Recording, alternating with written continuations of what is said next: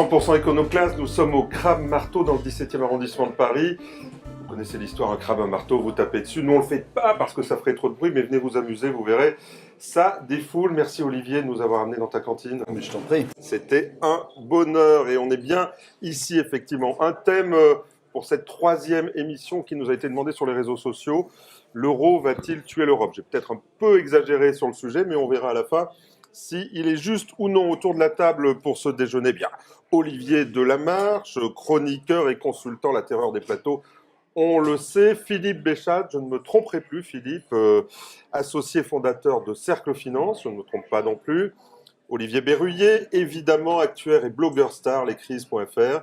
Et Pierre Sabatier, je l'ai perdu, président de PrimeView. Vous allez bien ? Très bien. Parfait. Sur le sujet, ça vous va? Est-ce que c'est excessif? L'euro va-t-il tuer l'Europe? Non, c'est un peu en dessous même. C'est un peu en dessous. Donc on va dépend des points de vue, bien démarrer. sûr. On va ouvrir le débat, messieurs, d'ici un quart d'heure. Mais traditionnellement, on va commencer par vos tops ou vos flops. Vous avez droit à un top ou un flop. On vous attend pour le mois passé et on commence par le président. J'ai en fait un top et flop, puisque je me suis intéressé à la richesse et même à l'ultra-richesse. Et vous allez voir que quelque part, ça rejoint aussi notre thématique du jour. Les perdants, eh bien, ce sont les milliardaires allemands. Incroyable, 170 milliardaires, et dont la fortune a décru de 13%, c'est pas rien, mais ça leur apprendra à avoir trop d'obligataires parce que c'est de là que provient la moins-value, globalement. Le DAX, tout allait bien pour lui en 2016, et l'immobilier, eh bien, commence vraiment à ressembler à une bulle en Allemagne. Donc, finalement, l'euro n'enrichit pas les Allemands, ce qui est assez surprenant. Philippe, les milliardaires allemands, ils achètent du taux allemand? Ils achètent. Au niveau C? Ils achètent du taux allemand. C'est un coffre-fort, non? C'est ça, la Oui. Suisse. Alors avec peut-être l'idée sous-jacente qu'un jour, mais là ça sera l'objet du débat, peut-être qu'un jour l'euro allemand vaudra peut-être plus cher qu'un euro espagnol ou un euro italien. Voilà. Philippe, merci beaucoup. Je vous pensais ça. Je vous avais demandé de ne pas rentrer dans le sujet du débat, mais vous l'avez fait. Merci beaucoup Olivier. Top flop du mois. Bon, écoutez, moi, je ne peux pas résister. On a fêté les 60 ans du traité de Rome et on a entendu Monsieur Juncker prédire qu'il fêterait les 100 ans. Je le trouve un peu présomptueux parce que c'est dans 40 ans quand même, l'air de rien. Et il n'est pas tout jeune, c'est pas un perdreau de l'année, Monsieur Juncker. Donc, mais le luxembourgeois vit longtemps. Oui, enfin, le luxembourgeois... Il est moins stressé. Ça, sûrement. C'est quand même un grand démocrate, s'il en est, ce garçon. Donc, il y a des risques quand vous êtes un dictateur de mal finir. Donc, voilà. Juncker est un dictateur. Oui, c'est un dictateur. Vous savez, des gens qui sont non élus et qui fixent les règles, en général, on appelle ça, et qui règnent par la terreur en plus, on appelle ça comment? On appelle ça des dictateurs. Donc, Monsieur Juncker est un dictateur. Donc, tout va bien. Et donc, c'était mon petit Jean-Claude, si bonheur. tu nous entends. Mon petit bonheur du week-end, c'était d'entendre les propos des Européens qui nous annonçaient tout le bonheur. Mais ils étaient que ça contents a d'être été. ensemble. Mais ils étaient contents d'être week-end à ensemble. Rome, c'était sympa. Évidemment. Puis il faisait beau. Il faisait beau, ils ont sûrement bien mangé, donc Bien tout bu allait aussi bien. pour Juncker. Bien bu pour Monsieur Juncker aussi, et donc ça a été un vrai bonheur. La seule chose, c'est quand même que je ne suis pas sûr que la population grecque trouve dans cette petite fête tout le bonheur que Monsieur Juncker y trouvait. Donc voilà, mais voilà, c'est mon flop. Pour les tops, Ah, il y a les deux. Olivier fait les deux. Bon. j'ai cherché, j'ai bien cherché, je n'ai pas trouvé. Et alors mon flop aujourd'hui, et ben voilà, là je reviens un petit peu aux sources, ingénieur agronome oblige, il est plus sur le climat. Et donc cette semaine ou la semaine dernière, les statistiques sur les températures moyennes de l'année sont sorties. Et voilà, super, on a battu un nouveau record. Donc 1,1 degré supplémentaire par rapport à la moyenne de la température pré-industrielle. Donc voilà, on bat chaque année, c'est sur le monde, c'est au niveau mondial. Le record précédent datait de l'année qui précédait, voilà, 2015. Donc on est vraiment sur une tendance relativement haussière. Et voilà, c'est un flop parce que, à force de parler technique, à force de parler outils, on oublie un petit peu l'environnement dans lequel on vit, et ça pourrait finir par nous coûter cher. Je rappelle, ou je ne ferai pas de parallèle historique, mais ce n'est pas sans rappeler l'extinction d'un certain nombre de civilisations qui, à force de consommer les ressources naturelles, se sont retrouvées sans ressources naturelles et ont disparu. Là, je parle évidemment de l'île de Pâques que tout le monde connaît. Chaque année, elle coupait de plus en plus d'arbres pour alimenter en fait leur croissance.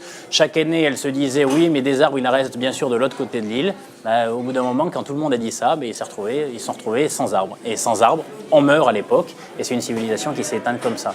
Donc, alors bien sûr, on n'est pas à la veille de ce genre de phénomène, mais il faut avoir en tête que il faut l'intégrer dans notre équation, chose qu'on a relativement peu fait jusque-là.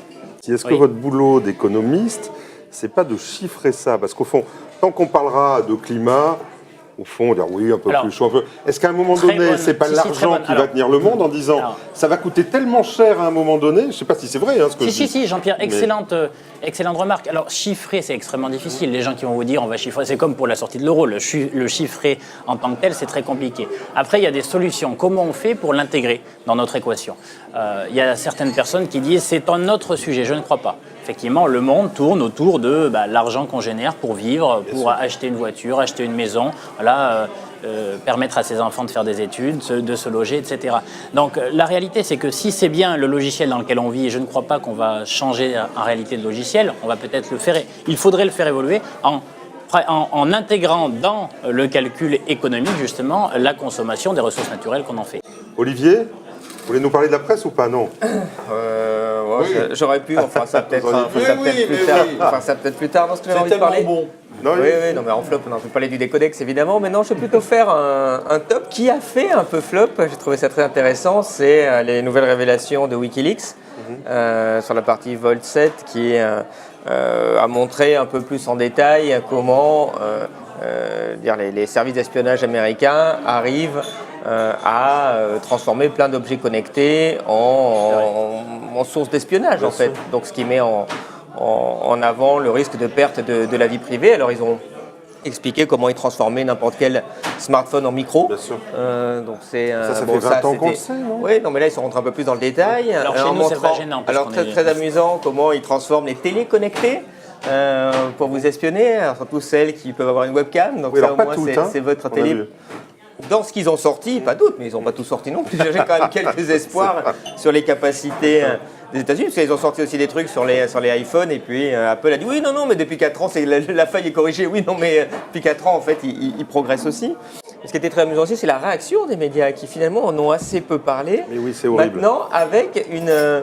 comment dire, c'était quand même très très drôle, quoi, avec une espèce de propagande de Wikileaks fait dans la main des Russes. Donc surtout, on ne va plus les écouter en fait. Donc c'est quand même assez phénoménal. Et si vous regardez comment même les sites d'informatique ont pris ça avec beaucoup de recul, oulala, on va voir, sans raison particulière. Parce qu'en tout cas, les sources... Ce qui est horrible, Olivier, c'est qu'on en parle tous de ça, et je crois qu'autour de cette table, nous sommes sensibles à ça. Et quand vous en parlez, on peut ramener ça à la presse d'ailleurs, c'est intéressant, on ramène le sujet, on nous dit mais au fond, j'ai rien à cacher, je m'en fous. Oui, c'est horrible cet argument. C'est comme la liberté d'expression, Snowden le dit très bien. On peut dire aussi j'ai rien à dire, donc c'est pas la peine d'avoir la liberté d'expression en fait. Ça c'est ce qu'on croit. J'adore. Deuxième phrase, quand quelqu'un me dit ça, je dis file-moi tes codes mail. Comme ça je vais aller voir un peu ce que tu reçois en mail. Et généralement les gens ne me les donnent pas. Je dis t'as rien à cacher, ça pourrait être amusant, je regarde un peu ce que tu fais. Tout de suite c'est quand même souvent... non mais c'est la pensée unique, bien pensant dans la presse. Si on a, voilà. Et c'est 1984, là, pour le coup, c'est horrible. Oui, parce c'est le télécran. Enfin, quand j'ai vu ça, quand on pense au télécran, c'est exactement ce qu'ils ont transformé. Ils transforment les télés en télécran, c'était ça chez Orwell. Mais dernier petit point, ça fait longtemps qu'on commence à faire quand même quelques années qu'on parle de ce sujet-là. Regardez, il y a 2 ans, on parlait de ça. On vous disait, oui, bon, c'est les États-Unis, quoi, c'est pas très grave. Et là, depuis novembre, tiens, le fait que Donald Trump, il a accès maintenant à tout, donc il a un backup d'Internet. Donc Donald Trump, il a toutes les conversations téléphoniques du futur président français depuis 20 ans. Moi, j'imagine. C'est sympa. D'Anguilla, de tout. Non, mais ça peut être sympa ce qu'on trouve dedans, tous les flux financiers, tous les accès aux comptes archivés. C'est assez amusant. Et encore, on parle de Donald Trump, c'est pas un dictateur non plus. Mais enfin, on voit très bien dans 10 ans, dans 15 ans, qui sera au pouvoir aux États-Unis, qui sera au pouvoir en Russie, qui sera au pouvoir en France. On n'en sait rien, donc c'est vraiment un sujet à traiter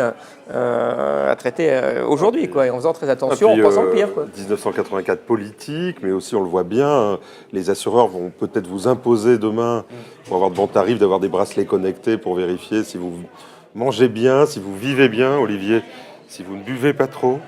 C'est horrible. C'est comme une société qui va être très intrusive. Et on a l'impression que tout le monde accepte ça avec une béatitude. On ne va pas dire qu'il faut revenir en arrière, tout supprimer. Et voilà, non, la question, c'est comment en fait on l'encadre. Voilà, on le régule et que, je dirais, pour le coup, on ne construise pas un modèle qui soit uniquement basé sur la confiance. Je vais vous prendre un exemple Tracfin. Moi, je me souviens très bien la naissance de Tracfin où on disait c'est bien, parfait, on va lutter contre l'agent de la drogue, contre le terrorisme, etc. Aujourd'hui, Tracfin, c'est juste un outil fiscal, voire pire politique. On le voit dans les affaires récentes. Et ça n'a jamais empêché l'argent de la drogue de circuler. Monsieur Trump veut remettre encore du fric sur la défense. Je pense qu'il n'arrêtera pas d'espionner les autres. N'oublie pas que les gens qui ont voté pour Trump ne connaissent pas Donald Trump. Ils votent pour une image. Ils ont l'impression de voter contre. La prochaine fois, ils voteront peut-être encore plus contre. Et aujourd'hui, les gens qui récoltent ces votes-là, voilà, en réalité, correspondent pas forcément à leur en général, ça vous arrange bien d'avoir cet outil à disposition. Je pense qu'Olivier est d'accord avec ça. Bien sûr. Évidemment. Donc, à la fin, c'est toujours la CIA qui gagne, hein, non ? Alors, suite à l'attentat en loup solitaire du Westminster Bridge, la ministre de l'Intérieur, je pense qu'elle s'exprimait quelque part au nom du MI6, a donc déclaré que WhatsApp devait collaborer à l'enquête. Donc il a dû apparaître que l'auteur de l'attentat a dû faire usage de WhatsApp. Mais elle dit un truc qui, à mon avis, va beaucoup plus loin et qui me glace, c'est qu'elle a déclaré, et c'est quand même pas n'importe qui,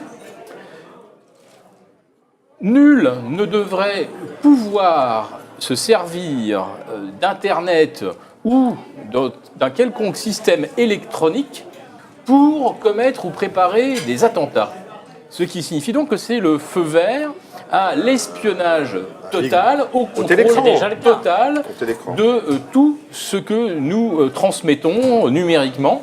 Et cela, parce qu'il y a eu un loup solitaire qui a fait un attentat un jeudi et ça a été derrière, voilà, on avait déjà le plan pour préparer l'espionnage et le contrôle total de la population. C'est la dernière étape du principe de précaution. Voilà, sous l'excuse du principe de précaution, systématiquement, voilà, on en rajoute encore une couche. La peur contre la liberté. Hein. Oui, mais encore une fois, à la fin, quelqu'un se présentera et vous dira tout ça, ça suffit. Mais au lieu de l'avoir fait... Parce que quand tu joues sur la peur, je ne crois pas dire trop de bêtises quand je dis ça, pour en parler autour de moi, la peur entretenue, parce qu'au fond, peur de quoi, hein, c'est un vrai sujet, mais la peur entretenue fait accepter la privation de liberté. La lucidité, elle est souvent brutale, elle peut arriver brutalement. Voilà, donc jusque-là, effectivement, c'est pas le cas. La question, c'est pas est-ce qu'on fait confiance à la population, c'est est-ce qu'on fait confiance aux dirigeants, parce qu'au bout d'un moment aussi, il y a certains dirigeants qui vont dire que la population va arrêter d'écouter aussi. C'est aujourd'hui, en fait, le vrai débat. C'est est-ce qu'aujourd'hui, les dirigeants sont le véritable reflet du souhait des populations, en leur expliquant bien ce en quoi ça consiste, le fait d'être contrôlé 100% de son temps. D'autant par rapport à ce que disait Philippe, que maintenant, dans le manuel des petits terroristes, la première ligne, c'est surtout tu n'utilises pas les téléphones portables, tu fais gaffe, tu fais ça. Donc finalement, les seuls qui vont plus les utiliser, c'est les terroristes, et par contre, nous, on va tous être espionnés. C'est exactement ça. Bien, messieurs, merci beaucoup pour ces tops et ces flops divers. On rentre dans le sujet, hein, donc l'euro va-t-il tuer l'Europe ? Je ne sais pas si vous avez regardé le débat présidentiel, mais il y avait deux grands absents. Il y avait la dette, on en parlait la dernière fois, et puis il y avait l'euro, l'Europe ou la zone euro, parce que je vais me faire engueuler par Olivier Berruyer si je parle trop de l'Europe, effectivement. Autour de cette table, messieurs, vous m'avez dit la dernière fois que la crise de la dette passerait par la mise en place de stratégies non coopératives. C'est la conclusion de notre dernier déjeuner. Et vous m'avez dit, stratégie non coopérative, c'est incompatible avec l'euro. Oui. Excuse-moi, depuis qu'il y a l'euro, est-ce que tu as vu une stratégie coopérative en fait ? Parce que là, je cherche, je ne vois pas trop. Parce que moi, j'ai vu l'Allemagne qui tout de suite a baissé ses salaires de façon non coopérative. J'ai vu la Grèce qui s'est endettée de façon non coopérative. J'ai vu la France qui fait. Le QE, c'est coopératif. Ça, c'est de la dette, ça. Ah oui, non, mais faire de la dette et imprimer des trucs. Non, ça, j'ai pas de souci sur cette coopération. La coopération, c'est faire un effort pour les autres au bout d'un moment. Si c'est les autres qui payent, oui, ça, c'est pas gênant. L'Allemagne porte aujourd'hui une partie de cette dette, non ? Oui, c'est vrai. Oui, mais la question, non, mais porter des dettes, il n'y a pas de souci, mais moi, 1 milliard de dettes, moi. Mais deux, si tu veux. Après, la question, c'est qu'est-ce qu'on en fait ? C'est tant que je ne la paye pas, la dette. Olivier, laisse-moi entrer dans le sujet. Et puis après, on va y arriver, j'entends bien. C'est le sujet. Lors d'un récent passage à Paris, un ami d'Olivier Berruyer, Joseph Stiglitz, déclarait qu'il pouvait être nécessaire d'abandonner l'euro pour sauver le projet européen. C'est un débat qui semble impossible aujourd'hui dans les médias. Là, c'est l'omerta. En tout cas, quelques candidats en parlent. 4 sur 11 quand même, aujourd'hui, je crois, si je ne me trompe pas, parlent de la sortie de l'euro. Mais c'est l'omerta, le débat n'est pas ouvert. Alors, j'ai besoin de vos lumières, messieurs. On va essayer de faire ça autour de 3 thèmes. La mort de l'euro est-elle programmée? Si oui, sur quel scénario? C'est notre conclusion du dernier déjeuner. Quelles conséquences pour la France? Et puis, à terme, quel nouveau projet, quel nouveau dessein pour notre pays, pour une autre Europe, une autre zone euro? Enfin, je ne sais pas, vous me le direz. Et puis, en conclusion, puisqu'on parle argent aussi, économie, est-ce qu'on va ruiner l'épargnant avec ça? Quelles sont les solutions? Quelles sont les stratégies à mettre en œuvre? Si vous voulez bien, on va essayer de répondre à toutes ces questions en 1 heure. Mais on commence par la mort de l'euro est-elle programmée? Si oui, avec quel scénario, Olivier? De la marche? Écoutez, moi je pense que c'est... allez, je vais m'avancer un peu. 18 mois 18 mois. 24? Je sais pas, quelque chose dans le genre. Pourquoi? Alors, vous avez raison, il y a quelques temps encore, quand on osait parler de l'euro, mais sans même le remettre en cause, si on parlait de l'euro, on était tout de suite... mis au banc, excommunié, parce que c'est devenu une religion maintenant, on en parle d'ailleurs, c'est un dogme. Vous avez les croyants et les non-croyants.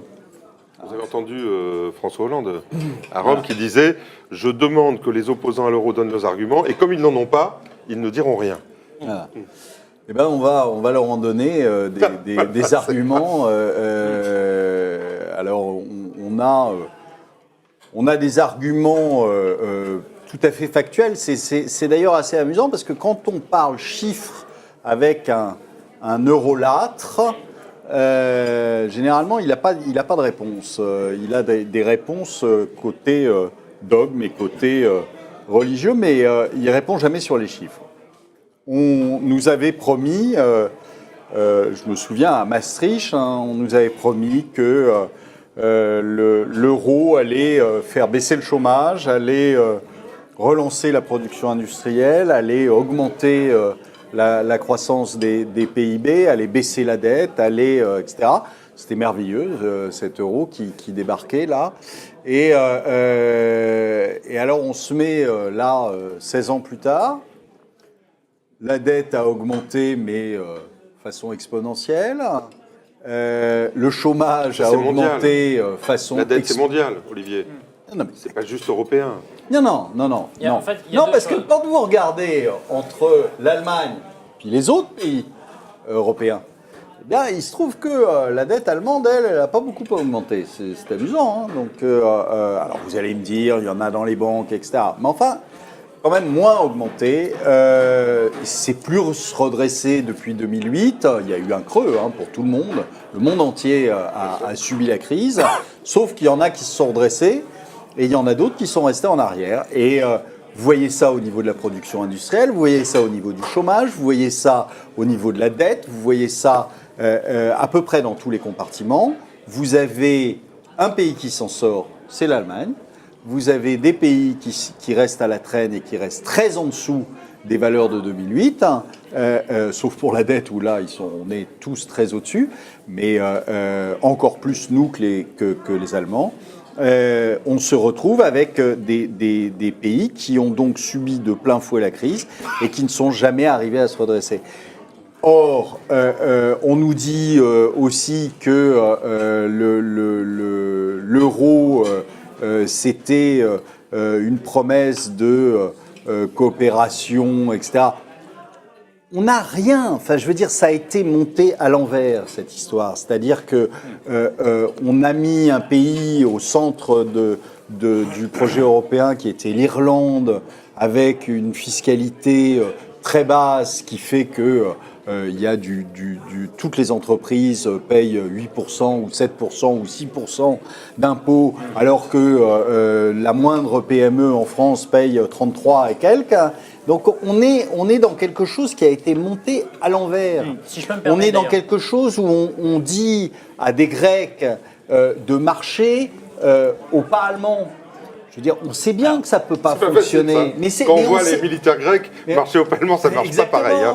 On sait bien que ça ne peut pas fonctionner. Donc, on est là avec des économies qui sont différentes, des modèles économiques qui sont différents, et on essaie de les faire marcher ensemble. Ça ne peut pas fonctionner. Donc, ça pourrait fonctionner si encore il y avait des transferts, on l'a dit plusieurs fois, il y avait des transferts, c'est-à-dire qu'en fait, le plus fort payer pour les plus faibles. Comme vous l'avez dit la dernière fois, je rappelle pour ceux qui n'ont pas vu l'émission, qui consiste à dire on ne se pose pas la question en France de savoir si l'Île-de-France paye pour l'Ardèche. Lorsque une zone monétaire unifiée est composée de gens différents, avec des qualités et des défauts qui sont différents les uns des autres, il y en a qui avancent vite et des gens qui avancent plus doucement. Donc, ça c'est un état de fait. L'euro, la problématique, c'est que vous mettez tout le monde dans le même panier sans la possibilité de jouer en fait de dévaluation ou de réévaluation monétaire, sans avoir mis le deuxième, en gros la deuxième jambe nécessaire qui s'appelle les transferts. Lorsque quelqu'un dans une même zone monétaire va plus vite que les autres, eh bien, elle doit accepter en fait de financer ceux qui vont moins vite. Ça veut dire quoi? C'est-à-dire qu'il y a 3 types de transferts possibles. Soit le transfert financier. Les Allemands doivent accepter de recycler leurs excédents dans le déficit des Espagnols, des Portugais, des Italiens, voire des Français. Donc, mais ils doivent l'accepter. Ils vont l'accepter. Pourquoi? Je ne sais pas, c'est un autre sujet. Ça, à la limite, répondez, mais ça, c'est un sujet qu'il faut poser. Non, faut pas leur imposer. Voilà, c'est ce que disait posons-leur Pierre, la question. il faut leur poser la question. Il faut la poser clairement. Mais... Parce que s'ils ne sont pas d'accord, il ne restera plus que 2 conditions. Celle du transfert de peuple et de population, c'est la solution historique. Les Irlandais, par le passé, lorsqu'il n'y avait pas assez de quoi les nourrir en fait, dans leur pays, ils ne s'endettaient pas, ils partaient. Les Italiens, ils partaient. Oui, mais pas dans les ordres de grandeur suffisants pour équilibrer. Je n'ai pas le chiffre en tête. Mais très largement, de manière très largement insuffisante pour compenser les déséquilibres économiques. Parce que le 3e point, c'est celui du transfert des entreprises. Donc effectivement, si les Allemands décident volontairement de délocaliser leurs entreprises dans les zones économiquement faibles, ça passe.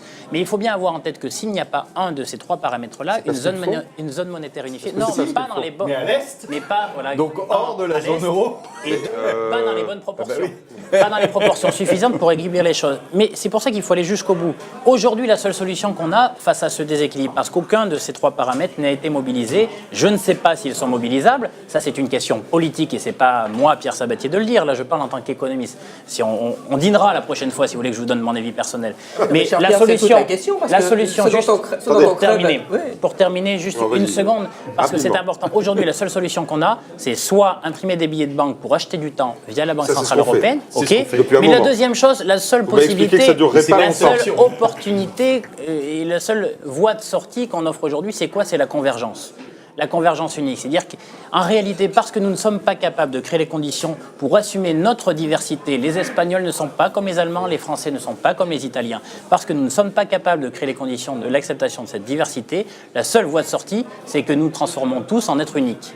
Et ça fait pas rêver. Ça c'est la notion de convergence. Il y a peu de chances. On a déjà voté non en France à un référendum, j'imagine que si c'était le cas. Juste avant de passer la parole à Olivier Berruyer, une question. L'euro, Olivier disait 18-24 mois. Allez. C'est à dire parce que la réponse n'est peut-être que politique. Non mais il faut s'engager. La réponse, elle n'est que politique. Eh bien voilà, vous retiendrez que je ne m'engagerai pas sur ce sujet parce que là, pour le coup, j'ai pas de boule de cristal, malheureusement. Ça me ferait gagner des clients si j'en avais d'ailleurs. Mais j'en ai pas. Simplement, les conditions sont là pour nous montrer que aujourd'hui, la zone monétaire unifiée n'est pas tenable en l'état. Non, mais en l'état, ça veut dire quoi? Il faut bien une analyse politique. Vous ne pouvez pas être économiste, Pierre. Quand tu vas au-delà, du sujet, quelles sont les solutions? Allez au bout de votre histoire. Quelles sont les Est-ce solutions? que l'euro va mourir ou pas? Oui, non. Mais l'euro mourra probablement si on n'est pas capable de mobiliser aucune des solutions que j'ai évoquées jusque-là. Mais Pierre, oui. Olivier. Ça fait des années. Non, mais après là, tu poses la question en fait de la capacité de la réforme. J'en sais rien, c'est les gens qui la font la réforme. Mais si, tu peux quand même avoir un avis là-dessus. Aujourd'hui, les intérêts des fonctionnaires européens, c'est quoi? C'est pas de se tirer une balle dans le pied. Ils vivent de ça. Donc ils vont pas eux-mêmes décider d'arrêter. Donc faut pas rêver. Malheureusement, si l'euro éclate, il éclatera pour des raisons économiques et pas politiques.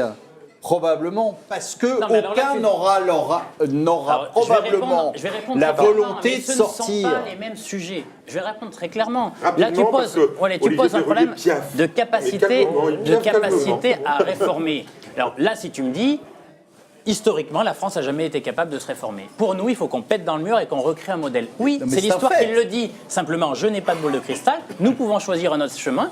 Il est peut-être peu probable qu'on le choisisse. Il est peut-être peu probable, mais nous pourrions le choisir. Donc là, il y a deux sujets différents. Non, il y a la- mais il y a sois l'euro, concret. la Tu as même- des la même élections, monnaie. tu as des élections, Pierre, dans 2 mois, d'accord, 2 mois, tu as des élections.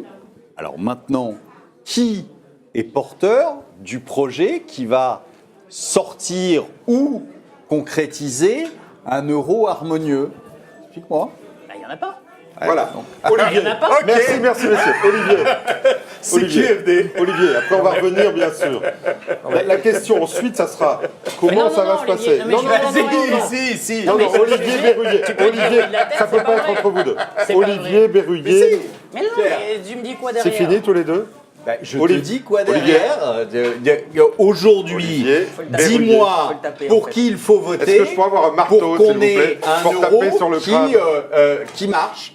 Et Qui personne, fonctionne. Mais je comprends pas la conclusion. Merci. Olivier Berruyer, on revient tout à l'heure. Vous allez négocier votre conclusion tous les deux. Mais je réagissais surtout sur la phrase que tu as eue tout à l'heure sur ah oui, non, mais attention, moi je suis économiste, je suis pas politique. Oui, mais l'euro, ça crèvera d'un problème politique. Bien sûr. Parce qu'un jour, il y aura un problème économique qui explosera parce voilà, que la politique c'est ne l'aura ça. pas réglé. Mais Non, mais il ne survit que par C'est bien décision ça. politique. non, mais aujourd'hui. on est bien d'accord. Non, mais on crève, on est dans une situation parce qu'il y a eu des joyeux économistes il y a 30 ans qui ont trouvé que sur le papier c'était très très facile, ça marchait très très bien. D'ailleurs avec une volonté politique derrière pour expliquer que ce serait la seule façon de faire avancer l'Europe. Hein. Certaines personnes l'ont très bien exprimé. Exact. Mais à la base, le problème, il est politique et c'est ce que tu disais. Mais même quand tu parlais de tes transferts, c'est des solutions complètement imparfaites. Quand les Espagnols vont travailler en Allemagne, effectivement, ça diminue un petit peu le chômage là-bas. Mais qui va payer les retraites des Espagnols? Si les jeunes sont partis, je ne comprends pas trop. Bah, ça implique bien que ce soit des excédents en Allemagne Bien et sûr. qu'ils payent les retraites comme en France. Comme tu le disais très bien, en Ile-de-France, on paye la retraite en Ardèche, donc il faut des transferts. Donc il n'y a pas de solution sans transfert. Bien sûr. Ou alors, quand tu parles de transfert de population, il faut vraiment prendre des wagons, il faut prendre les jeunes, les vieux, tout le monde d'Espagne c'est et les mettre en massif. Allemagne. Mais il n'y a plus personne en Espagne à la fin. Hein. C'est ça Et qu'il faut donc c'est faire. Mais politiquement inacceptable. ça ne mais- marche pas bien. Oui. Et les transferts d'entreprises, je veux dire, si c'est pour embaucher des Espagnols en Espagne, l'entreprise espagnole, l'entreprise allemande n'est plus compétitive avec un Espagnol, avec la productivité de l'Espagne et le prix de l'Espagne. Donc on voit très bien qu'on est dans des corners. Et pour une raison très simple. Enfin, souvent on est dans une méconnaissance de qu'est-ce qu'une monnaie. Enfin, une monnaie c'est comme une paire de chaussures, il en faut une à votre pointure. Et là on a dit, oh, on va être un truc génial, on est tous les éconoclastes, on va prendre la même paire de chaussures, on fait la moyenne. Hein, donc en moyenne 42, tout le monde 42. Puis toi, si t'es 44, bon, t'auras un peu mal aux pieds. Bon, si t'es allemand, 38, tu nages un peu, mais ça va, quoi, t'as pas mal. Et puis le problème, c'est qu'on arrive à expliquer aux gens que c'est bien. Et on les a tellement mis en propagande qu'il y a le grec taille 46, il est par terre, il pleure. Il dit j'ai mal aux pieds avec mes chaussures 42. On lui dit c'est pas grave en fait, il faut le garder, sinon t'es plus européen, tu vois. Et le pauvre grec, ouais, je vais les garder, mais ça me fait très très mal. Alors après, ça se règle toujours. Je veux dire, la gangrène et l'amputation, on va régler le problème de la chaussure qui n'était pas la bonne taille. Hein. Ils vont vers ça, les Grecs. Mais c'est phénoménal. Je veux dire, c'est un non-sens ahurissant. On essaie de faire un symbole d'intégration de solidarité européenne de l'instrument fondamental d'une économie qui est la monnaie, qui permet d'adapter des économies qui se développent, qui croissent, qui ont des inflations complètement divergentes. Sur des peuples Sur qui des sont gens différents, sur des sur gens des différents. qualités différentes Parce que et des même on défauts parlait différents. de culture, tout ça, c'est vrai, mais il y a même des choses encore plus que ça. Les Allemands, ils sont vieux. Les Espagnols, ils sont plutôt jeunes. Déjà, c'est des sociétés qui n'ont pas les mêmes besoins. Absolument. Les On est retraites plus en faible d'un Allemagne côté, ne vont voilà. pas se régler de la même façon que les retraites en Espagne. Hein, donc l'Allemand, il a besoin de capital, donc il a besoin de taux d'intérêt assez élevés, il a besoin de stabilité. Bon, en Espagne, Sauf il y a à plus créer d'inflation. c'est une pas- nation globale, c'est-à-dire unifier la fiscalité, les Mais régimes oui, de retraite, mais etc. bien sûr. Mais c'est Et pour là, ça- il faut mais- poser la question, effectivement. Mais ça, c'est ce qu'on dit. C'est facile. C'est une monnaie égale un peuple. Oui. Voilà. C'est tout. Il ne faut pas chercher plus loin. La question, c'est est-ce qu'on est le même peuple en Europe? C'est-à-dire est-ce qu'un Allemand, c'est pareil qu'un Grec, c'est pareil qu'un Irlandais, c'est pareil qu'un Estonien. Voilà. Alors certains, les gens trouvent que oui, mais après, si tu veux, il ne suffit pas juste de dire on s'aime Oui, tous. bien sûr. Ça, il s'agit de dire on est prêt à sortir le carnet de chèques pour payer. Et est-ce que c'est le plus efficace pour le tous? Et puis après, la on va surtout réalité, dire c'est à que quoi ce ça modèle, sert. C'est-à-dire que, ce modèle global, juste sur il ce y a que dit question Olivier pour tous. Berruyer, À quoi est-ce ça que ça sert serait pas bon pour les Allemands qui sont vieux et qui donc vont chercher de l'immigration pour sauver. Est-ce que ça serait pas bon, effectivement, de régler ça dans le cadre européen et dire, au fond, on est une seule nation avec une partie jeune, une partie plus âgée. C'est mieux que de faire venir des gars de Non, c'est une Daesh. question. J'allais pas là-dessus. Mais si.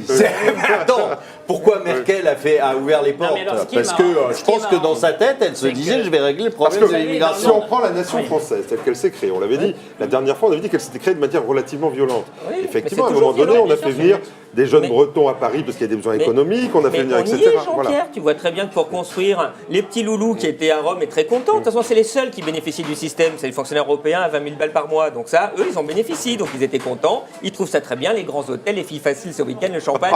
Non, mais ils ont passé un bon week-end, pas nous.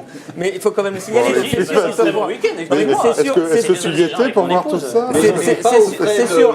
Non, mais c'est sûr qu'ils C'est sont. ça qui est ballot. C'est sûr qu'ils sont contents, mais derrière la question c'est de quoi on a besoin nous en Europe. Et dans leur idée complètement délirante pour moi, s'il y en a quelques notions anthropologiques, historiques, culturelles et des divergences en Union européenne, derrière comment tu rassembles ça? Parce qu'on n'est pas une nation, ça se voit très bien. Enfin, un Français Voilà. c'est pas comme un Allemand, je suis désolé. On est différents, il faut l'accepter. Et il faut justement, c'est en l'acceptant cette différence, qui est d'ailleurs le slogan qu'ils ont pris, qu'on arrive à faire en sorte qu'on ne retrouve pas les erreurs du passé, qu'on progresse. Mais si on est en train de dire on va tordre le bras aux Allemands pour aller payer tous les ans 80 Mais donc, milliards aux Grecs, conclusion, on va devenir donner fou, les types. dans l'avis de Philippe quand même. Puis après on revient, mais il faut quand même que Philippe donne son avis sur le sujet. Est-ce que l'euro doit mourir et si oui, à quelle échéance? Alors, moi, je pense qu'il est déjà cliniquement mort. Alors, je ne sais pas si vous connaissez mon amour pour la théorie des jeux, mais là, dans le cas de l'euro, vous allez voir, je vais illustrer ça. 4 jours de transactions qui passent par Target, on a couvert la totalité de l'ensemble des échanges marchands à l'intérieur de l'euro. Ça veut dire que les 361 autres jours qui restent, les échanges qui transitent par Target, ce n'est que de la spéculation financière. Super. Ou quasi. Et alors? Et alors, comme je vous parle de la théorie de jeu, et pour que les gens comprennent ce que c'est que Target, imaginez que Las Vegas soit d'un seul coup une espèce de principauté indépendante, avec tous ces casinos. On est d'accord, tout le monde y vient pour jouer. Je vous explique que donc 95% des transactions qui passent par Target, c'est de la spéculation. Donc chacun arrive à Las Vegas avec ses yuan, avec ses livres, ses yens, ses dollars. On convertit tout en jetons. Target, c'est l'entité qui gère les jetons. Imagine que ce casino qui gère tous les jetons ait décidé que finalement il n'allait pas prendre d'argent et qu'il allait finalement redistribuer autant que ce que les gens mettent dans les machines à sous. C'est-à-dire qu'on va mettre des jackpots partout pour tout équilibrer. À la fin de la journée, le casino, il a toujours le même nombre de jetons. Mais qu'est-ce qu'il constate? Il constate que les Allemands, ils ont eu de la chance ce jour-là, ils ont beaucoup gagné. Et puis les Espagnols, ils ont un peu perdu. Et puis les Italiens, ils ont beaucoup perdu. Mais le soir même, le casino, il ne va pas être désagréable avec ses clients. Il ne va pas dire « Vas-y, t'as perdu, maintenant, aligne et compense ta paume. » Philippe, il faudrait arriver.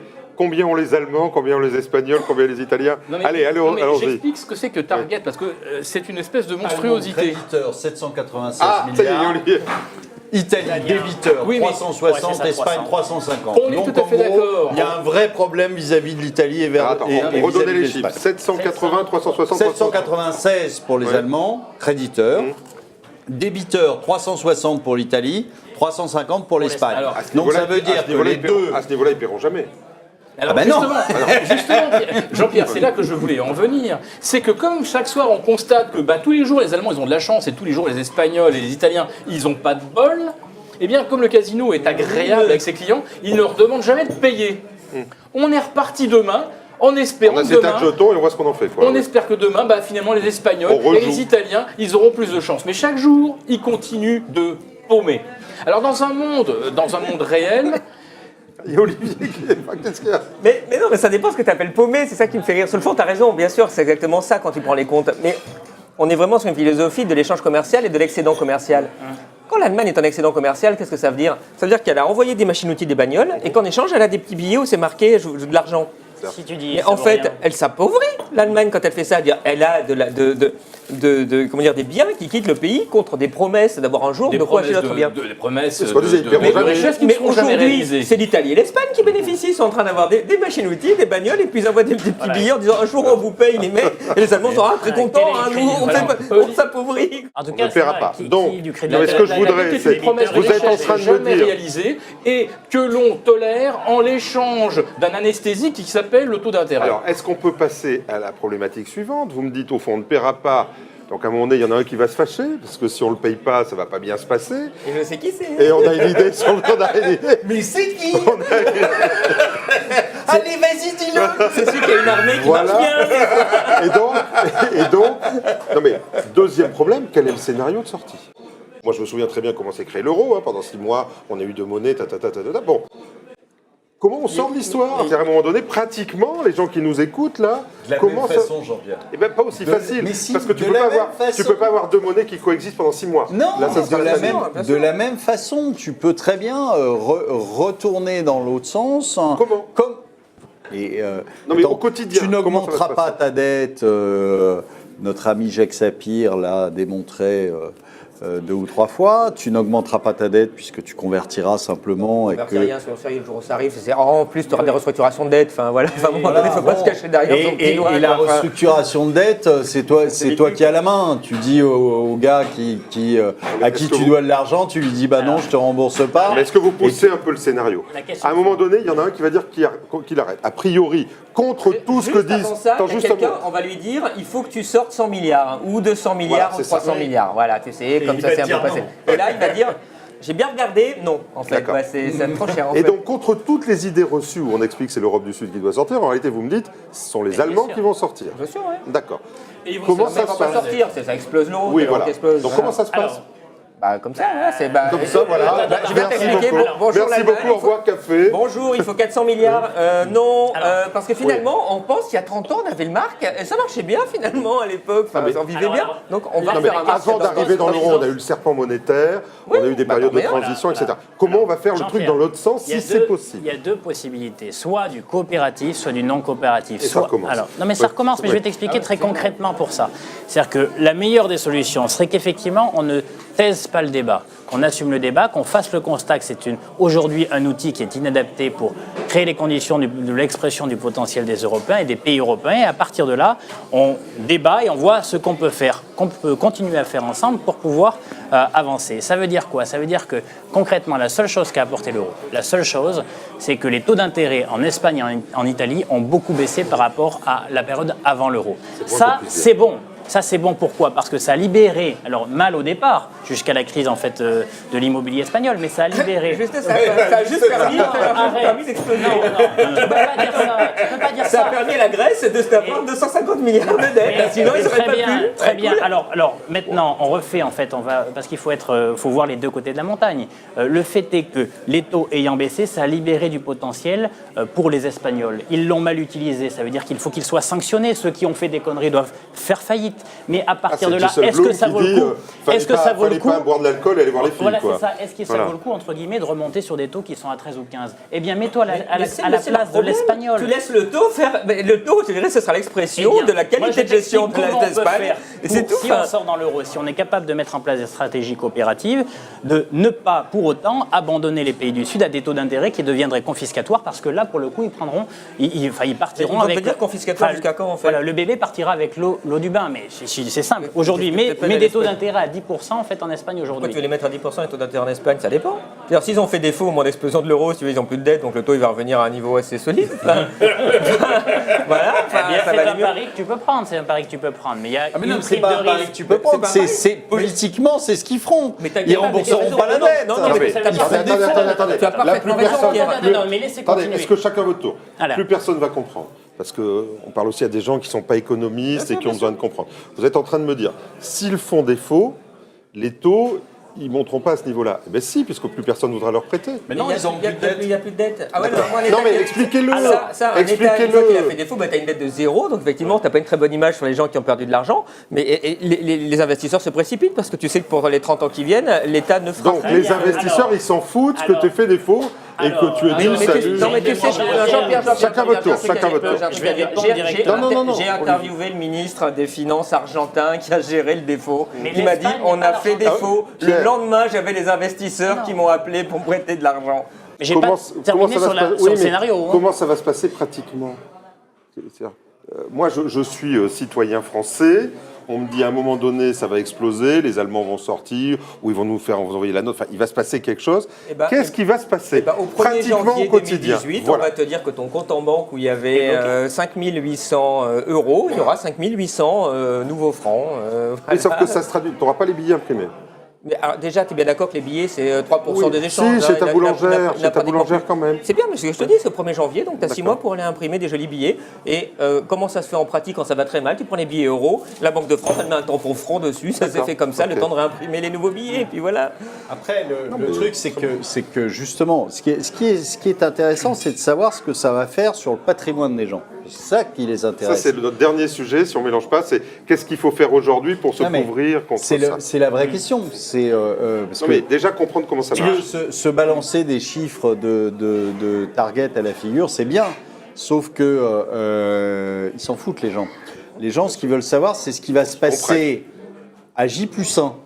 Ça dépend. C'est-à-dire le lendemain. Oui. Le lendemain, pour moi, il y a deux choses. La première, c'est que je pense que ça ne sera pas autant la fin du monde que ce qu'on nous prévoit. Il y a évidemment tout le monde qui cherche à faire peur en disant, exactement comme le Brexit, en disant le lendemain, ça va être catastrophique, il va y avoir des rivières de sang, la Tamise va se peindre en rouge, enfin bon, ça va être épouvantable.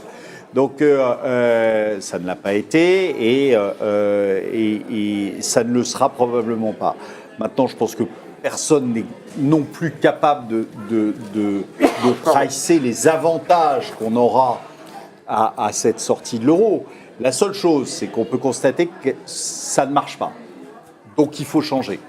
Donc il ne faut pas persister, il ne faut pas être dans la méthode communiste. Si le communisme n'a pas marché, c'est qu'il n'y en a pas eu assez. Eh bien, l'euro, s'il n'a pas marché, c'est pas... ça pouvait marcher en théorie. En théorie, il suffit que les gens sur le travaillent. papier, tout marche. C'est fabuleux. Mais là, ça n'a pas marché. Donc à partir de ce moment-là, il faut changer. Absolument. On va changer. On va changer quelle que soit la méthode. Est-ce que ça viendra de l'extérieur? Est-ce que ça viendra du Japon, de la Chine? Est-ce que ça viendra d'une décision politique? Tu dis 18-24 mois. Olivier Berruyer ne m'a pas répondu tout à l'heure. Ça va arriver quand? Aucune idée. Non, mais attends. Ça dépend du degré de sadisme des dirigeants politiques, jusqu'à quand ils nous font souffrir. Et eux, ça va bien, donc ils peuvent souffrir longtemps, quoi, un petit moment. Ça peut durer très longtemps. Mais ça peut durer très longtemps parce qu'en plus, à chaque fois maintenant, comme le disait Pierre, on se retourne vers qui? On se retourne vers Draghi, qui permet d'acheter du temps. Ça coûte cher, hein, mais il achète du temps à coût de 80 milliards. Et tu peux être sûr d'une chose, c'est que si jamais il y a un pépin, on va se tourner vers Draghi, on va lui dire, c'est pas 80, Il faut imprimer. c'est 120 qu'il faut imprimer. Il imprimera 120. Donc, après, le choc sera encore plus énorme. Parce que ça n'a pas fait trop de mal à la monnaie. plus on va loin... Ça n'a pas fait trop de mal à la monnaie jusqu'à présent. Non, mais jusqu'à présent, mais tu sais, c'est binaire. Hein, donc, on l'a dit l'autre fois.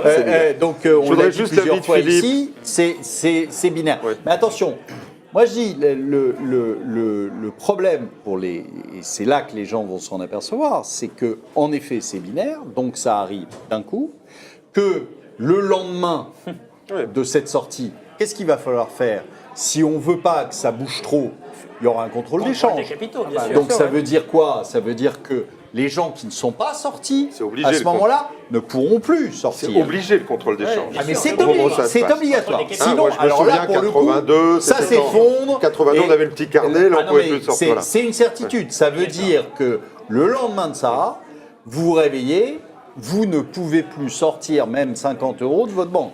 Si tu repasses sur des monnaies nationales directement, de manière, on ferme les écoutilles et tout le monde se débrouille. Eh bien, si tu fais ça, tu fais prendre un risque à tes voisins. L'objectif, c'est quoi? C'est pas que laisser tomber mes voisins. L'objectif, c'est créer les conditions d'expression de notre potentiel. Si nous avons besoin de notre monnaie nationale, nous la reprenons. Mais ce que je veux dire, c'est qu'il faut une stratégie coopérative. Mais on est dans le monde de oui-oui, là. Non, pas du tout, on l'a fait en 2008-2009. Oui, parce qu'on était dans une stratégie coopérative mondiale où tout le monde était mal. Là, c'est donc plus difficile. Là, t'auras dit, allez vous faire voir, je paye pas ma dette de casino, je m'en dois. Et après, tu dis, mais on va se mettre d'accord, bien sûr. Tu rigoles, Olivier.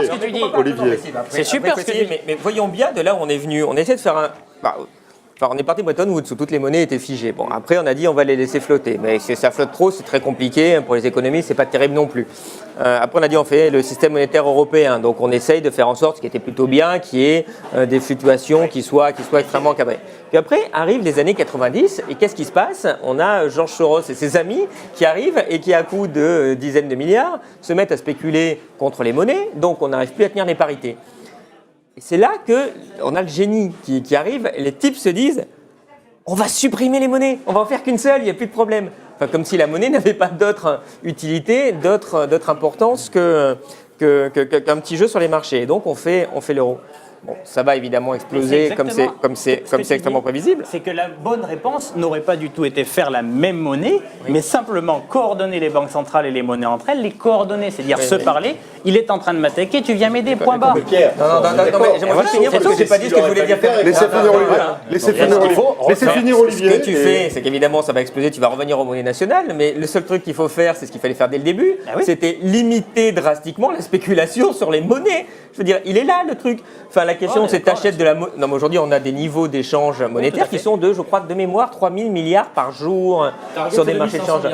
Ouais, mais sur le marché d'échange pur, c'est 3 000 milliards et je crois qu'il doit y avoir 40 milliards par jour d'échanges physiques réels. Enfin, on est x100 en fait. Oui, mais là, t'as raison. Vous interdisez juste d'acheter des masses de monnaie pour spéculer. Dire, quand quelqu'un vous dit bonjour, j'ai besoin d'1 milliard d'euros, c'est pourquoi? Pour acheter des machines outils en Allemagne, bah, très bien, tu les as.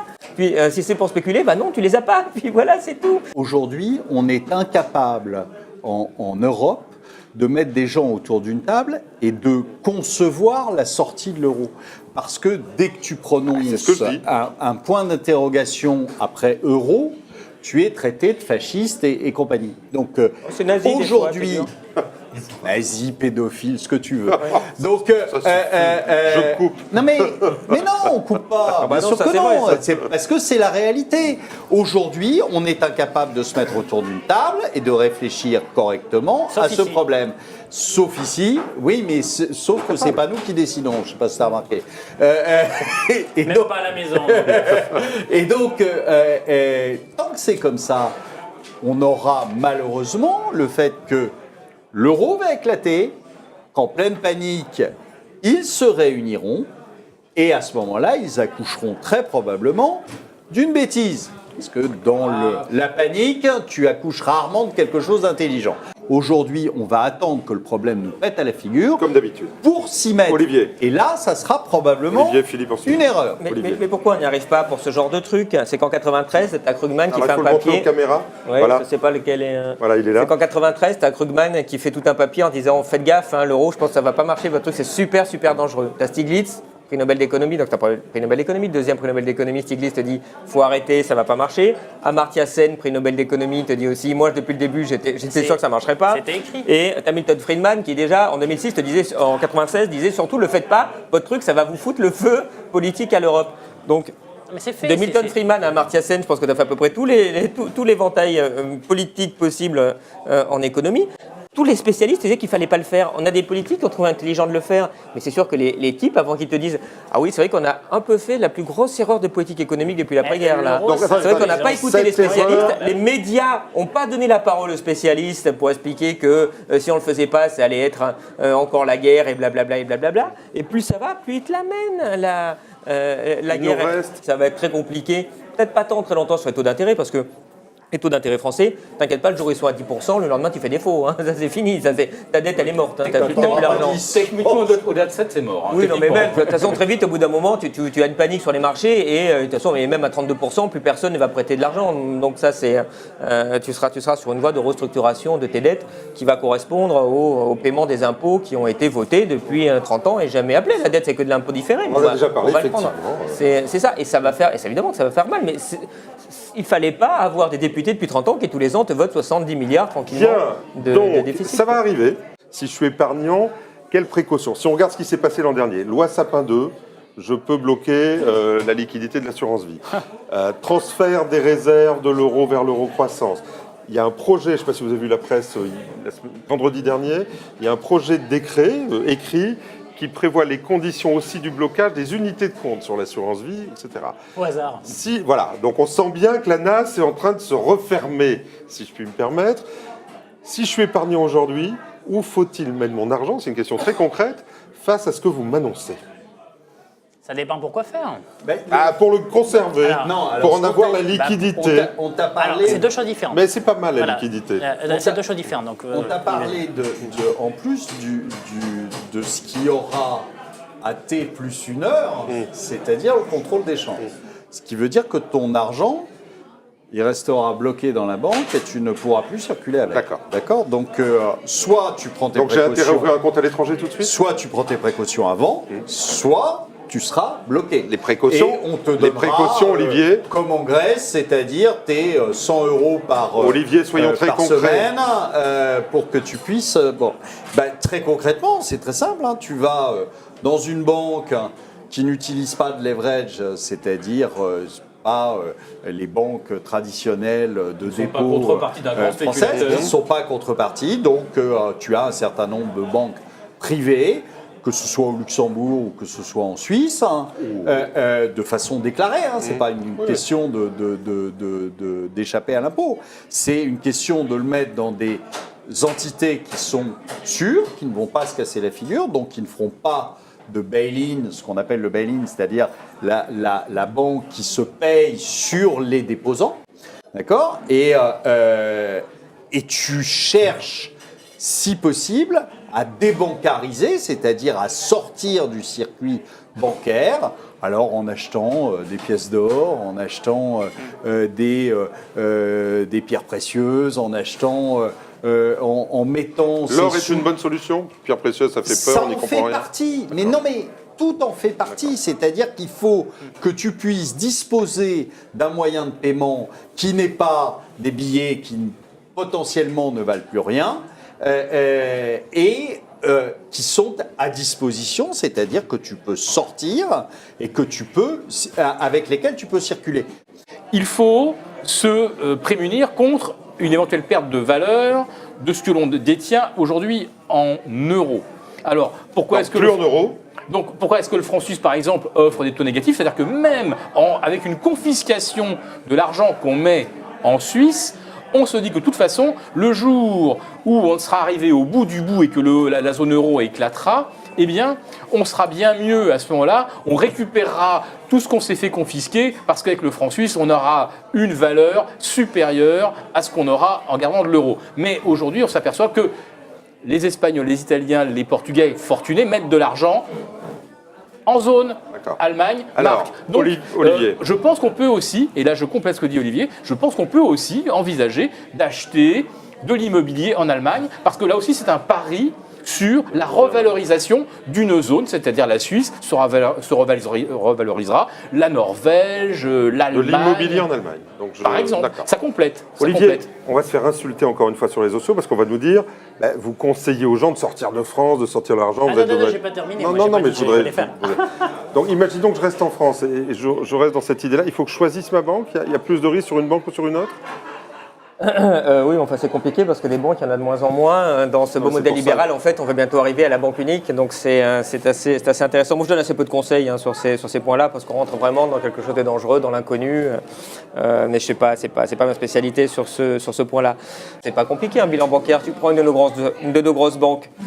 Pour faire simple, tu dois avoir un bilan, prenons la plus grosse, de pas loin de 2000 milliards. Donc déjà, tu dis... ça, c'est le bilan, c'est pas le hors-bilan. Non, c'est le bilan. Donc déjà, tu te dis, c'est le PIB français, le bilan, là. C'est gros, votre BNP, par exemple Par exemple, le Crédit Agricole est à peu près dans ces eaux-là. Tu dois avoir maintenant, j'en sais rien, comment je n'ai pas regardé, 90 milliards de fonds propres. Donc déjà, tu fais le lien, tu te dis, waouh, c'est pas... Oula, il y a un joli levier quand même, là. Et puis, tu regardes les produits financiers, casinos, machin. Dans le bilan, tu en as déjà 600, 700 milliards. Et voilà, pour 90 de fonds propres, c'est pas beaucoup. Puis du hors bilan, un peu compliqué à estimer, mais je sais pas, allez, t'as à l'aise 2000, 3000, 4000 milliards de risques en beaucoup bilan. plus même, non? Alors ça dépend ce que tu comptes. Je te parle du risque. Non, ce qu'on cite en général, c'est un chiffre qui est 10 fois plus grand, mais c'est pas le risque. Le risque, il est dans ce zone-là. Il est 3, ce qui est déjà fantastique. Mais ce qui correspond plus à la réalité, parce que tu peux pas perdre 50 000 milliards non plus. Et voilà, donc déjà, si tu veux, quand tu as fait ça, si tu as un petit peu connaissance de ce qu'est un bilan, tu as vite compris qu'il y a un problème là, de sécurité minimale. Donc c'est sûr que les 4 grandes banques françaises, oui, non, c'est extrêmement risqué. Après, il y en a d'autres. Tu as la Banque Postale, tu as le Crédit Municipal, tu as le CIC, tu as le Crédit Coopératif qui sont des trucs un peu moins exposés. Ouais. Donc c'est déjà plus prudent de les mettre là-dedans que dans les grosses. De toute façon, c'est très simple. Ne mets pas. Tu m'as demandé, ne mets pas ton argent dans une banque qui a des traders. C'est facile. Voilà. Tu demandes, bonjour, combien de traders? Au revoir. Voilà, je mets ailleurs, c'est tout. Pour que les gens comprennent ce qu'Olivier vient de dire, quand il parle de risque, en général, le chiffre qu'on entend est 10 fois supérieur. Hein, c'est 40 000 milliards, mais en fait, sur les 40 000 milliards qui sont réels de produits financiers... Ça fait 4 000 milliards déjà, ça fait beaucoup d'argent. On estime à 10% le risque réel 4 000 milliards, ça fait un peu de bruit. Mais ça suffit, hein. Olivier, attends, je voudrais juste finir avec Olivier, parce qu'on connaît son bon sens. Donc aujourd'hui, je n'ai pas les moyens, ou je n'ai pas envie de sortir de France, c'est quand même pas le commun des mortels qui peut aller ouvrir... C'est risqué aussi, voilà. Parce qu'évidemment, si tu le mets dans un pays où ça va mal et quand ça ira mal, il n'y a aucune raison que ça aille mal en France et que ça aille bien en Italie, en Espagne, machin, et même en Allemagne. Donc je reprends ce que disait l'autre Olivier. Non mais pourquoi pas, mais après est-ce que je vais chercher des biens réels, ce qu'on appelle les biens tangibles aujourd'hui, et le moins possible en dépôt à ma banque? Moi, ce que je dirais, c'est de diversifier au maximum.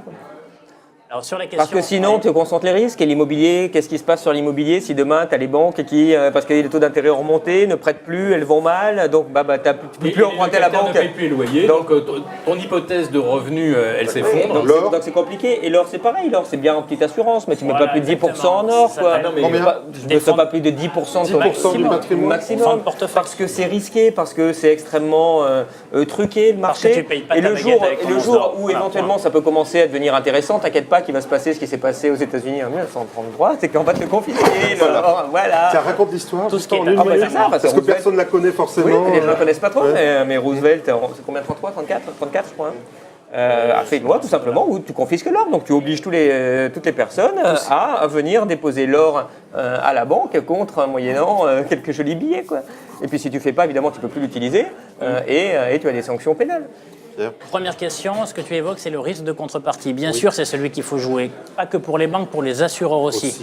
Puisque les assureurs te disent concrètement, pour un certain type d'engagement, je t'assure... Tu conseilles des compagnies d'assurance. Oui, tout à fait. Est-ce qu'aujourd'hui, moi je le dis objectivement, je dis le fonds en euros sera illiquide très prochainement. Alors là, je pense que... Est-ce que tu suis mon avis ou pas là-dessus? Alors c'est probable, mais pas en totalité. C'est-à-dire que quand tu dis ça va être illiquide, c'est dans quelle proportion? Voilà, exactement. Probablement, on va aller vers une liquidation progressive en fait des sommes que tu as capitalisées là-dessus. Mais derrière cela, il faut avoir en tête que toute personne qui te dit que tu fais la promesse qu'il te garantit le capital, c'est une promesse qui sera dure à tenir. Donc ça veut dire qu'il y a un vrai risque de contrepartie. Il faut voir et savoir à qui ou qui te fait la promesse et qui va être en capacité en fait d'y répondre. C'est ce que vient d'évoquer Olivier pour les banques. C'est aussi vrai pour les assureurs. Il y a beaucoup de gens qui vous disent qu'ils vous garantissent le capital. Reste à savoir s'ils le pourront si ça tournait mal. Mais comment? Moi, je suis épargnant. Comment je peux comprendre la solvabilité d'un assureur? Enfin, si tu peux avoir des moyens. Mais la deuxième chose... Quels moyens? Les ratios de solvency, enfin, c'est des ratios qui sont disponibles. Madame Michu, je vais souscrire mon contrat d'assurance. C'est une grille. Tu regardes ceux qui sont les plus faibles. Madame Michu, si vous voulez. Ou les plus forts, pardon. Mais la deuxième chose, c'est qu'on a évoqué les diversifications. Moi, je crois beaucoup à l'économie réelle. On a dit quoi? On a dit que concrètement, il fallait se méfier de la valeur du billet. Donc l'idée, c'est de ne pas avoir de billets. Tu peux acheter des pièces, ça reste du tangible. Mais l'économie réelle, c'est quoi? C'est des gens qui sont capables de produire quelque chose, de transformer un euro factice, ou fictif, en vrai profit. Donc, mais à travers en fait une vraie production de richesse. Donc lorsque vous avez un risque monétaire, moi je pense que le vrai avenir, c'est la diversification avec de l'investissement dans l'économie réelle. quelle Donc que des soit actions. oui, des actions, mais des actions de private equity, c'est-à-dire d'entreprises réelles, pas de très grosses entreprises. Les actions de Michelin sont des actions Michelin. Oui, d'accord, mais c'est pas ce que j'évoque. Non, mais non. En bourse. Pas ce que j'évoque, voilà. Pourquoi ? Parce que tu as, parce que tu as Parce qu'en des bourse, c'est quand même une vraie action. Non, Oui, mais mais attends, il y a des parce que pollutions. Il y a de l'administration de prix, en gros. Tu es- C'est-à-dire que le tu prix es, de l'action. Tu es dans le CAC c'est un 40, donc tu vas rentrer dans des produits financiers qui vont faire que on va t'acheter. Enfin, donc, non, des vraies boîtes. Voilà, de l'économie Des réelle. vraies boîtes qui ont besoin, et souvent là, pour le coup, le banquier ne fait pas son boulot, hein, qui est de financer normalement l'économie, mais lui, il préfère aller faire mumus sur les produits dérivés. Donc là, tu as un créneau qui est de gens qui ont un vrai métier, qui ont un vrai répondent à un business vrai besoin, model, voilà. qui gagnent de l'argent, qui ont un vrai boulot qui est utile et à qui il manque en général un peu de trésorerie et Oui. donc tu finances. Enfin, Ça- ça- excusez-moi, ça a été- là, ça a été j'ai du mal à encouragé. comprendre. Juste Philippe, un mot. J'ai du mal à comprendre ce qu'on me dit. Quand j'achète une action Michelin, je ne parle pas de l'acheter dans un produit composite, etc.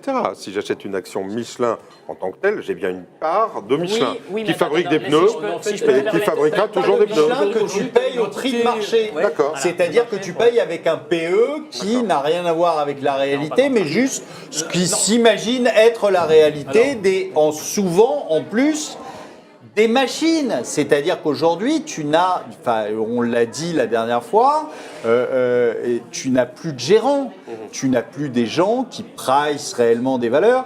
Tu as des bécanes automatiques qui Enfin, achètent, non, mais- qui attendez, revendent 3 c'est secondes hallucinant plus ce que vous me tard. racontez. Non mais c'est vrai. J'ai un résultat de Michelin. Ce résultat, il existe. Mais on s'en fout du résultat Ah bon de Michelin. Aujourd'hui, la bourse s'en fout complètement. Non, mais si j'achète la une bourse, action- elle je l'avais même pas sur un non, compte titre. elle s'amuse Très à bien, acheter, très bien, tu achètes. à détenir Tu le gagnes. titre 3/10 de seconde. Tu penses bien qu'on se fout complètement du bilan Michelin. Non, mais C'est pas bien, le ce que sujet. tu achètes une action Michelin à, j'en sais rien, 30 €, c'est très bien, très content, tu as une vraie action de Michelin. Oui. Après le CAC est tombé à 1500. Ah, mais l'action donc Michelin a ton baissé. action est tombée à 10 €. Oui, donc mais ton si tu achètes du investissement private était- equity, c'est encore moins liquide. D'accord, cher ami. donc cher ami, ce que je te conseille, Oui, ce que je te- au moins, ce que je te conseille, cher ami, c'est de prendre une obligation à Michelin où tu lui as prêté tes 10 000 € et ils te doivent 10 000 €. Et comme Michelin, en effet, tu as raison, est solide, il y a des chances qu'ils te remboursent tes 10 000 €. Tu dis que voilà, c'est pas le même risque. L'action qui fait partie du CAC 40 est aujourd'hui un objet mathématique. Le programmeur, le codeur, Michelin, c'est une suite de 0 et de 1. Non, mais c'est uniquement... C'est un objet mathématique quand c'est des produits composites, quand c'est ramené dans un ensemble Non, de mais produits. toutes les Mais actions, quand tu achètes le toutes les actions fondamental, qui font, c'est-à-dire qui font l'action, partie Oui, mais la valeur, d'une transaction tu n'achètes automatisée plus au le travers fondamental depuis des lustres. d'un contrat, d'un panier ou d'un ETF, c'est un objet mathématique. Ah, mais je parle C'est pas tout ce que d'ETF. c'est. Alors par contre, quand on parlait d'investir dans l'entreprise, donner de l'argent, apporter de l'argent, là on est vraiment dans le marché primaire, c'est-à-dire que je souscris au capital d'une entreprise. Mais c'est ce que le gouvernement a encouragé avec ces déductions fiscales pour l'investissement justement dans une start-up, dans une entreprise qui démarre. Donc ça existe déjà. Alors qu'il faille peut-être davantage l'encourager, j'en suis tout à fait d'accord, mais ça existe déjà. Allez, il nous reste 2 minutes, Olivier. Deux petites remarques par rapport à ce que tu disais. Tout à l'heure, tu disais aussi, bon, il faut se méfier un peu des billets. Justement, enfin, les billets de banque sont aussi une alternative qui peut faire partie de la diversification. C'est-à-dire avoir des billets, c'est-à-dire non pas avoir juste la promesse de la banque sur un compte en banque, avoir des vrais billets dans un coffre de la banque, c'est aussi quelque chose qui réduit le risque parce qu'à ce moment-là, c'est une créance j'achète sur la plusieurs banque. monnaies. Ça va les faire rigoler. Tu possèdes Ça Non, fait mais partie des risques. les Indiens Après, l'ont tu as fait différents et niveaux. malheureusement ça s'est mal terminé pour eux. Tu es à différents niveaux. Mais de Voilà. toute façon, ça Mais se terminera ce- mal pour les gens. Je dis ce- juste que c'est une des pistes de diversification. Tu mets pas tout Non, dans mais le je pense plombier. Ça qu'en se effet, il y a terminera quelque mal chose pour les gens. que peu de gens en général font parce que pour eux c'est pas une évidence, hein, mais c'est diversifié sur les devises. Aujourd'hui, il y a l'euro, il y a le dollar, mais il y a d'autres devises. Or, Quel Le franc suisse. il y a la couronne norvégienne, le dollar de mais c'est Singapour, ça, le c'est dollar ce de qu'on Hong achète. Kong, enfin il y en a des dizaines et des dizaines. Aujourd'hui, il faut bien se rendre compte qu'une devise, c'est un actif comme un autre. Donc ça peut valoir cher, ça peut valoir moins cher, et puis ça peut valoir zéro. Donc, comme tous les actifs. Et donc, si vous avez uniquement un actif en portefeuille, vous êtes en risque maximal. Ça veut dire quoi? Ça veut dire qu'aujourd'hui, quelqu'un, même qui vit en Europe, doit considérer sa devise comme un actif, donc il doit diversifier, il doit acheter autre chose que de l'euro. Et alors, c'est vrai qu'en France, hein, c'est pas évident. quand vous appelez votre banquier et que vous lui demandez de la couronne norvégienne, il s'étouffe au téléphone, il faut le savoir. Oui, c'est pas C'est-à-dire qu'il vous dit « Ah, monsieur, c'est pas possible ». Vous allez dans les bureaux de change à la bourse et vous allez demander des billets. Quand vous êtes dans une banque étrangère, il se trouve qu'ils ont l'habitude, beaucoup plus l'habitude de travailler avec des devises, et donc ça se passe bien. Messieurs, si je résume votre conseil à l'épargnant, et j'entends bien, il faut se dissocier le plus possible des marchés spéculatifs, des produits complexes, et aller de plus en plus vers les biens réels, quels qu'ils soient. Et ne pas trop s'inquiéter Et se si on n'a pas des diversifier sommes non plus surtout. colossales. Il y a quand même des Diversifier, garanties, voilà. des dépôts Exactement. qui sont tenables dans certaines limites. Donc si on a moins de 50 000 euros, ça va, on peut dormir relativement tranquille. Le problème n'est pas là. Maintenant, si on en a 500 000, là, effectivement, ça va devenir... Eh bien voilà, donc si vous avez 500 000, inquiétez-vous, merci. On a été un peu long, mais on est allé au bout de l'histoire, je le crois. On se retrouve d'ici un mois. Et alors, juste un mot, d'ici un mois, nous serons entre les deux tours. Donc je pense qu'on va voir beaucoup de choses à se dire. Donc à la prochaine fois au Crame Marteau.